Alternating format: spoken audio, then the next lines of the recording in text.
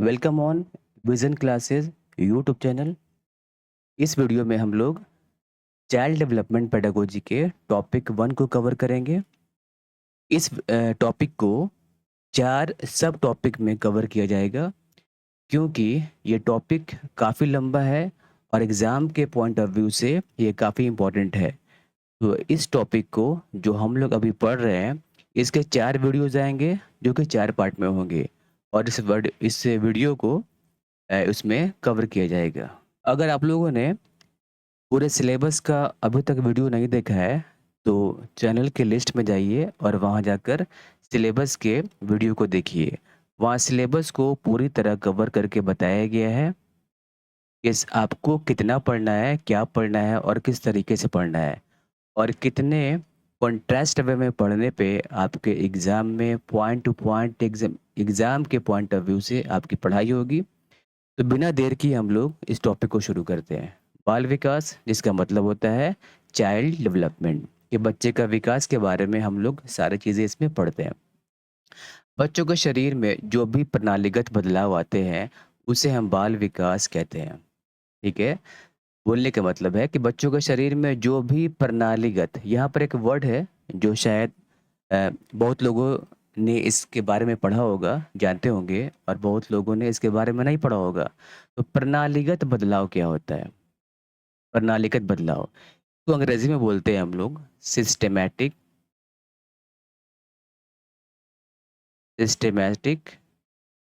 Changes.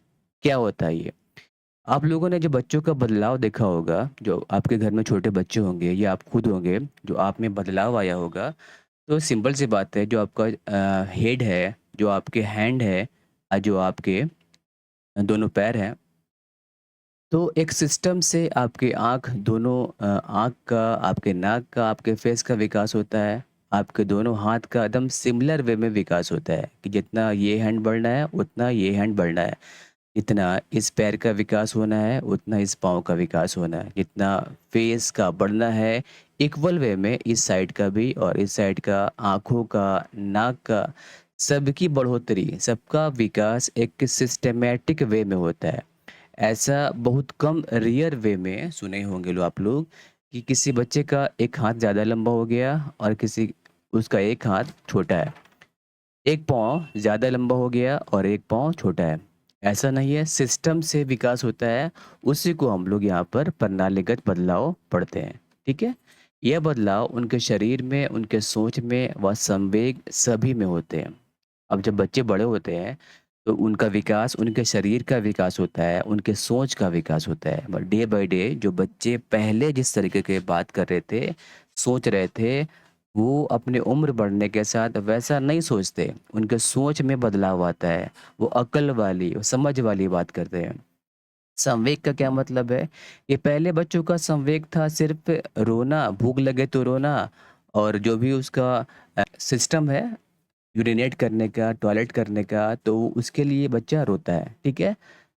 तो उसका काम था सिर्फ़ रोने का, लेकिन उम्र बढ़ने के साथ-साथ बच्चा हँसता है, मुस्कुराता है, जलता है, ईर्ष्या करता है, अब मुँह चिढ़ाता है, मतलब बहुत सारे उसमें संवेग आपको देखने को मिलते हैं। तो यह बदलाव उनके शरीर में, सोच में, संवेग में, सभी में देखने को मिलता है, ठीक है? कुछ भी अचानक से नहीं होता, ये बदलाव उम्र के साथ-साथ धीरे-धीरे, धीरे-धीरे होता रहता है, पता नहीं चलता। मतलब कि कुछ भी अचानक से नहीं होता है कि बच्चा अचानक से पैदा हुआ और 6 महीने के बाद वो दौड़ना शुरू कर दिया। ऐसा भी नहीं होता है कि बच्चा 1 साल तक नहीं चला और 1 साल के बाद अचानक से बच्चा कूदना और एकदम स्पीड दौड़ना शुरू किया, ठीक है? ऐसा भी नहीं है कि बच्चा अभी 2 से 3 वर्ड बोल रहा है, 1 साल के बाद उसके पास 5000 वर्ड का कंपाइलेशन आ गया है। ऐसा नहीं है, ये बदलाव धीरे-धीरे होता है और ये पता भी नहीं चलता है कि बच्चे का विकास हो रहा है। जब बाहर के कोई लोग आते हैं और बच्चे को देखते हैं कि बच्चा का कितना ग्रोथ हो गया है, बच्चा कितना समझदार, कितना अक्ल वाली बात करता है, तब जाके मालूम होता है कि मेरा बच्चा कितना बड़ा हुआ है। लेकिन घर के लोग को पता नहीं चल पाता है ये, ठीक है? ये बदलाव मात्रात्मक व गुणात्मक रूपों में होता है, ठीक है? यहाँ पर 2 वर्ड दिए गए हैं जो एग्ज़ाम के पॉइंट ऑफ व्यू से काफ़ी इम्पोर्टेंट है, मात्रात्मक व गुणात्मक। मात्रात्मक बदलाव क्या होता है? जो बदलाव आपको दिख जाए, जो बदलाव विज़िबल हो, जैसे कि बच्चे का बच्चे का हाइट बढ़ रहा है, बच्चे का हाइट बढ़ रहा है, बच्चे का वेट बढ़ रहा है। तो ये दोनों विज़िबल होते हैं, दोनों दिखते हैं आपको कि किसी बच्चे का हाइट बढ़ रहा है, वो दिखता है बाहर से, किसी बच्चे का वेट बढ़ रहा है, वेट घट रहा है, तो बाहर से दिखता है। तो ये मात्रात्मक बदलाव होता है। इसको हम लोग क्वांटिटेटिव चेंजेस बोलते हैं। क्वांटिटी में उसका जो भी हाइट है, वेट है, घट रहा है या बढ़ रहा है। गुणात्मक क्या होता है? इसको हम लोग क्वालिटेटिव बोलते हैं। इसको हम लोग क्वालिटेटिव चेंजेस बोलते हैं। मतलब बच्चे में वो क्वालिटी आती है, बच्चा क्वालिटी वाली बात करता है, अकल वाली बात करता है, समझ वाली बात करता है। ये गुण आपको दिख नहीं पाता है, ये गुण आपको मालूम होता है बच्चे से बात करने के बाद। जो क्वालिटी वाली गुण होता है वो आपको बच्चों का दिखता है उनसे बात करने के बाद, उनसे कम्युनिकेशन करने के बाद। जो मात्रा वाला बदलाव है वो आपको दिखता है। ठीक है, आगे बढ़ते हैं। जिन क्षेत्रों में ये बदलाव देखने को मिलते हैं, इन्हें हम विकास का क्षेत्र, डोमेन्स ऑफ डेवलपमेंट कहते हैं। डोमेन्स ऑफ डेवलपमेंट कि ये जो विकास है जिन क्षेत्रों में होता है उनको हम लोग डोमेन्स ऑफ डेवलपमेंट बोलते हैं। क्या होता है ये? इसमें आता है पहला जैविक विकास, बायोलॉजिकल डेवलपमेंट। क्या होता है ये? जैसे जैसे बच्चों की उम्र बढ़ती है उनके शरीर में बदलाव देखने को मिलता है, इन्हें हम भौतिक विकास कहते हैं। कि जैसे-जैसे बच्चे की उम्र बढ़ेगी, उनके शरीर में बदलाव देखने को मिलता है। इन्हें हम भौतिक विकास कहते हैं। बच्चे का हाइट बढ़ेगा, पर्सनैलिटी बढ़ेगा, तो उनमें बदलाव देखने को मिलता है आपको। ठीक है? शरीर का विकास होना, उस पर नियंत्रण होना। तो बॉडी का बच्चे का विकास होगा, तो वो उसमें डे बाय डे कंट्रोल करेगा। पहले बच्चा उठेगा, अ, बच्चा अगर लेटा हुआ है, तो वो उठने का ट्राई करेगा, उसके बाद बैठेगा, फिर हाथी बन के चलेगा, उसके बाद से वहाँ बच्चा दौड़ेगा, गिरेगा, उसके बाद एक टाइम आएगा कि बच्चा दौड़ना शुरू कर देगा। और क्या होगा कि बच्चा कोई चीज़ को पकड़ता है, तो पकड़ने पे क्या होता है, जो उसके हाथ से चीज़ें छूटती हैं, डे बाय डे क्या होगा, उसके ग्रिप में भी अपने कंट्रोल करेगा। तो उसी की बात कर रहा है यहाँ पे कि बच्चे उस पर नियंत्रण करना सीखते हैं। वृद्धि एक समय के बाद रुक जाती है। जो आपकी वृद्धि है, वो एक समय आएगा, 17 साल, 18 साल, उसके बाद जो आपकी वृद्धि है वहाँ पे रुक जाएगी। ठीक है? अगला है संज्ञानात्मक विकास, कॉग्निटिव डेवलपमेंट क्या होता है? उम्र बढ़ने के साथ-साथ शरीर में यह बदलाव भी देखने को मिलता है। मतलब कि जब बच्चे की उम्र बढ़ेगी, तो जो उसका जैविक विकास है, वो तो होगा ही होगा। अब संज्ञानात्मक विकास भी बच्चे का होगा। अब उसमें समझदारी आएगी, उसके सोच का विकास होगा। वो सोचेगा, वो समझेगा, वो विचार करेगा, बच्चा विचार करेगा, बच्चा रीज़निंग को रीज़निंग को सॉल्व करेगा, ठीक है? बच्चा कल्पना करेगा, बच्चा का कल्पना, ये सारे जो विकास हैं, ये सारे आपको कॉग्निटिव डेवलपमेंट के अंतर्गत आते हैं। ये बदलाव उनकी सोच से जुड़ा होता है। यहाँ पर देखिए आप लोग, ये सोचने का है, ये भी सोचने समझने का है, ये भी सोच समझ के विचार करने का है। रीज़निंग सोचने का है, समझने का है, कल्पना करना सोचने का, समझने का है। तो उसी का यहाँ बात कर रहा है कि ये बदलाव उनकी सोच से जुड़ा होता है। भाषा का विकास संज्ञानात्मक विकास के अंतर्गत ही आता है। जो बच्चे का भाषा का विकास है, वो कॉग्निटिव डेवलपमेंट के अंदर ही आता है, क्योंकि बच्चा पहले सोचता है, समझता है, विचार करता है, उसके बाद से बोलता है। शुरुआत के दौर में बच्चे बिना सोचे समझे बोल देते हैं, लेकिन डे बाय डे जब उसमें संज्ञानात्मक विकास होगा, तो बच्चा सोच समझ विचार करके एक प्रॉपर वे में आपसे कम्युनिकेशन करेगा। ठीक है? आगे बढ़ते हैं इसमें।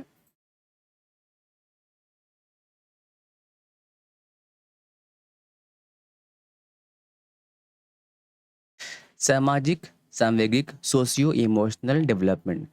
जब बच्चे समाज के साथ जुड़ते हैं, समाज में उठना बैठना शुरू करते हैं, उनके दोस्त बनते हैं। जब बच्चे घर से बाहर निकले, समाज में उठना बैठना शुरू कर रहे हैं, तो बच्चे के दोस्त बन रहे हैं और बच्चे उनसे बात कर रहे हैं, अपने इमोशन वहाँ शेयर कर रहे हैं। उनके संवेग में बदलाव आता है, उनकी नैतिकता का विकास होता है, समय के साथ ये बदलता भी है। जब बच्चे बाहर गए घूमने फिरने के लिए, शाम में अपना टाइम पास करने के लिए, तो उनके संवेग में वहाँ पे सोचेगा, समझेगा, गुस्सा होगा, वहाँ पे हँसेगा, अपने इमोशन शेयर करेगा, तो डे बाय डे उसके संवेग में बदलाव आता है, नैतिकता का विकास होता है। बच्चे वहाँ पे अच्छी, बुरी जो भी बातें सीखते हैं वहाँ पे, तो जो उनमें नैतिकता है, जो उनमें विचार हैं, वो उसमें चेंजेस होते हैं, वो बदलते हैं, उसका विकास होता है। समय के साथ ये बदलता भी है। जो बच्चे पहले जा रहे थे खेलने के लिए, कूदने के लिए, बाहर बैठने के लिए, उम्र बढ़ने के साथ-साथ जो बच्चे का जो माहौल है, बच्चे का माहौल बदलता है। बच्चा माहौल के अकॉर्डिंग बिहेव करता है और उसके दोस्त भी वहाँ बदलते हैं। इसके अकॉर्डिंग ये नैतिकता का जो विकास है, उसमें ये बदलता भी है। इन विकास के क्षेत्रों में पहले कौन-सा होता है और बाद में कौन-सा, ये बताना मुश्किल है, क्योंकि इस पर मतभेद है। अधिकतर का मानना है कि तीनों बदलाव साथ-साथ होते हैं। मतलब जो मनोवैज्ञानिक है, उनका कहना है कि इसमें कौन-सा बदलाव पहले होता है, कौन-सा बाद में। पहला होता है आपका फिज़िकल डेवलपमेंट, या इसको बोलते हैं बायोलॉजिकल डेवलपमेंट, पहले ये होता है। या फिर आपका सेकंड में आपका पहले कॉग्निटिव होता है सेकंड नंबर पे, या थर्ड में आपका सोशियो इमोशनल डेवलपमेंट होता है। ये तीनों पर मतभेद है कि पहले कौन हो रहा है, पहले हो रहा है बायोलॉजिकल डेवलपमेंट, या पहले हो रहा है कॉग्निटिव डेवलपमेंट, या पहले सोशियो इमोशनल डेवलपमेंट हो रहा है। ये तीनों साथ चलते हैं। कैसे?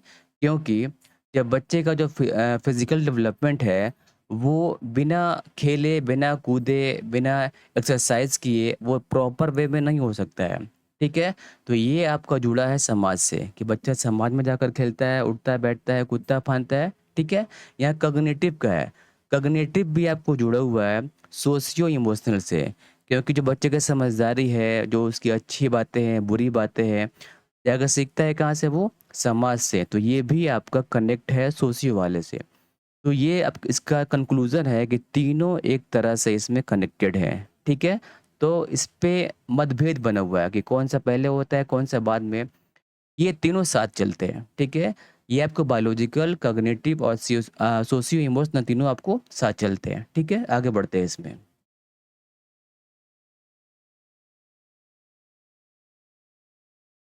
गति कम या धीमी होना, एक समय के बाद वृद्धि रुक जाती है। एक समय आता है जब बच्चे की वृद्धि वहाँ पे रुक जाती है। भौतिक विकास नहीं रुकता, फिर क्षय शुरू होता है। जो फिजिकल डेवलपमेंट है, उसके बारे में कहा जा रहा है कि वो होता रहता है।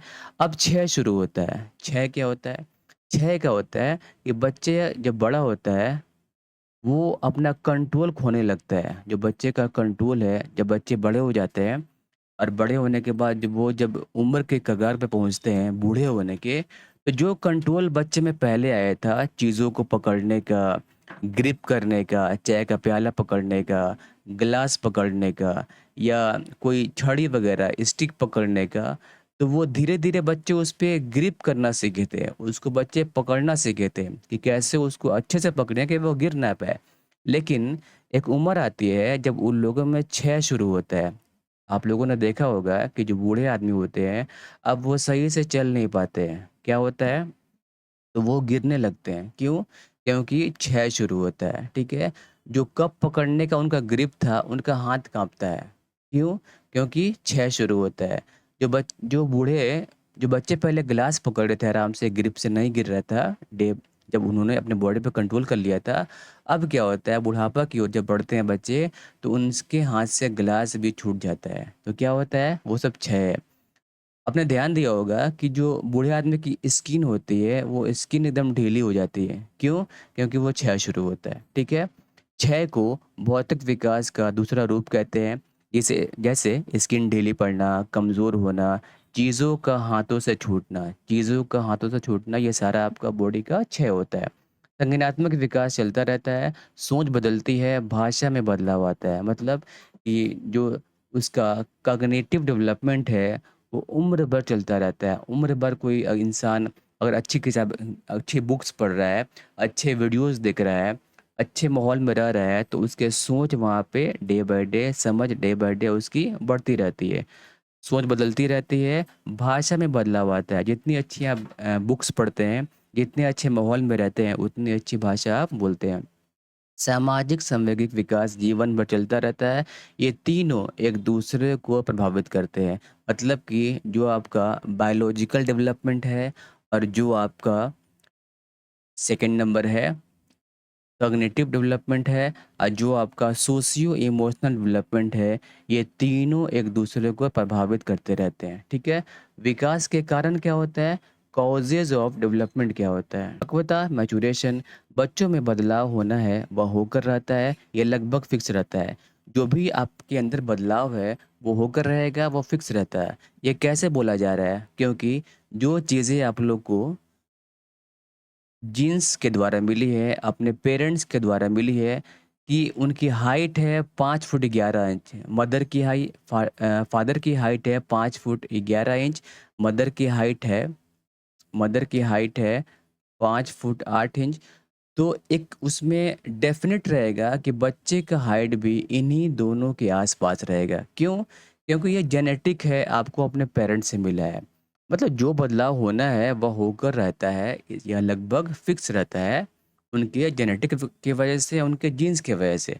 कई बच्चे ऐसे होते हैं जो बहुत कम खाते-पीते हैं, फिर भी वो हेल्दी रहते हैं, मोटे रहते हैं। क्यों रहते हैं? क्योंकि जेनेटिक उनके पेरेंट्स वैसे होते हैं। वो फिक्स रहता है कि उनका हेल्थ वैसा होना ही होना है, ठीक है? आनुवंशिकता की वजह से जो बदलाव होना है वह होगा, इसे नियंत्रण नहीं किया जा सकता है। जो बदलाव उसमें होना है वह होकर रहेगा, चाहे बच्चा कम खाए या ज़्यादा खाए, ये बदलाव उसमें फिक्स रहता है। क्योंकि जेनेटिक का जो उनका जीन्स होता है वो उसमें ये इन्फॉर्मेशन डालता है कि उनकी हाइट, उनकी पर्सनैलिटी इतनी बढ़नी है तो वो उतना उसका बढ़कर होता है, लगभग ये फिक्स रहता है। ठीक है? आगे बढ़ते हैं। सीखना, लर्निंग, ये आस-पास के माहौल, समाज व परिवेश से होता है। बच्चे जो भी कुछ सीखते हैं उसमें समाज व परिवेश का बहुत बड़ा योगदान होता है। बच्चा अपने आसपास माहौल में जाता है, समाज में जाता है, परिवेश में जाता है, सीखता है, बैठता है, उठता है और वहाँ से जो भी चीज़ें हैं, अच्छी भी और बुरी भी, वहाँ से वो ज़्यादा सीखता है। क्योंकि जो शैशव अवस्था है, जन्म से लेकर 2 साल की, वहाँ बच्चा घर में रहता है और लगभग 3 से 8 साल के बाद लगभग बच्चा आस-पड़ोस में या अपने समाज में उठना-बैठना, पड़ोस में जाना शुरू करता है, तो वो वहाँ से ज़्यादा कुछ सीखता है। ठीक है? उम्र बढ़ने के साथ-साथ समाज से बच्चे काफ़ी चीज़ों को सीखते हैं। ठीक है? जितना उम्र बढ़ेगी, वो ज़्यादा अपना टाइमिंग बाहर जाके गुज़ारेगा। घर के बाहर, दोस्तों में, समाज में, परिवेश में, एनवायरनमेंट में, तो वो वहाँ से ज़्यादा सीखता है। ठीक है? इस वीडियो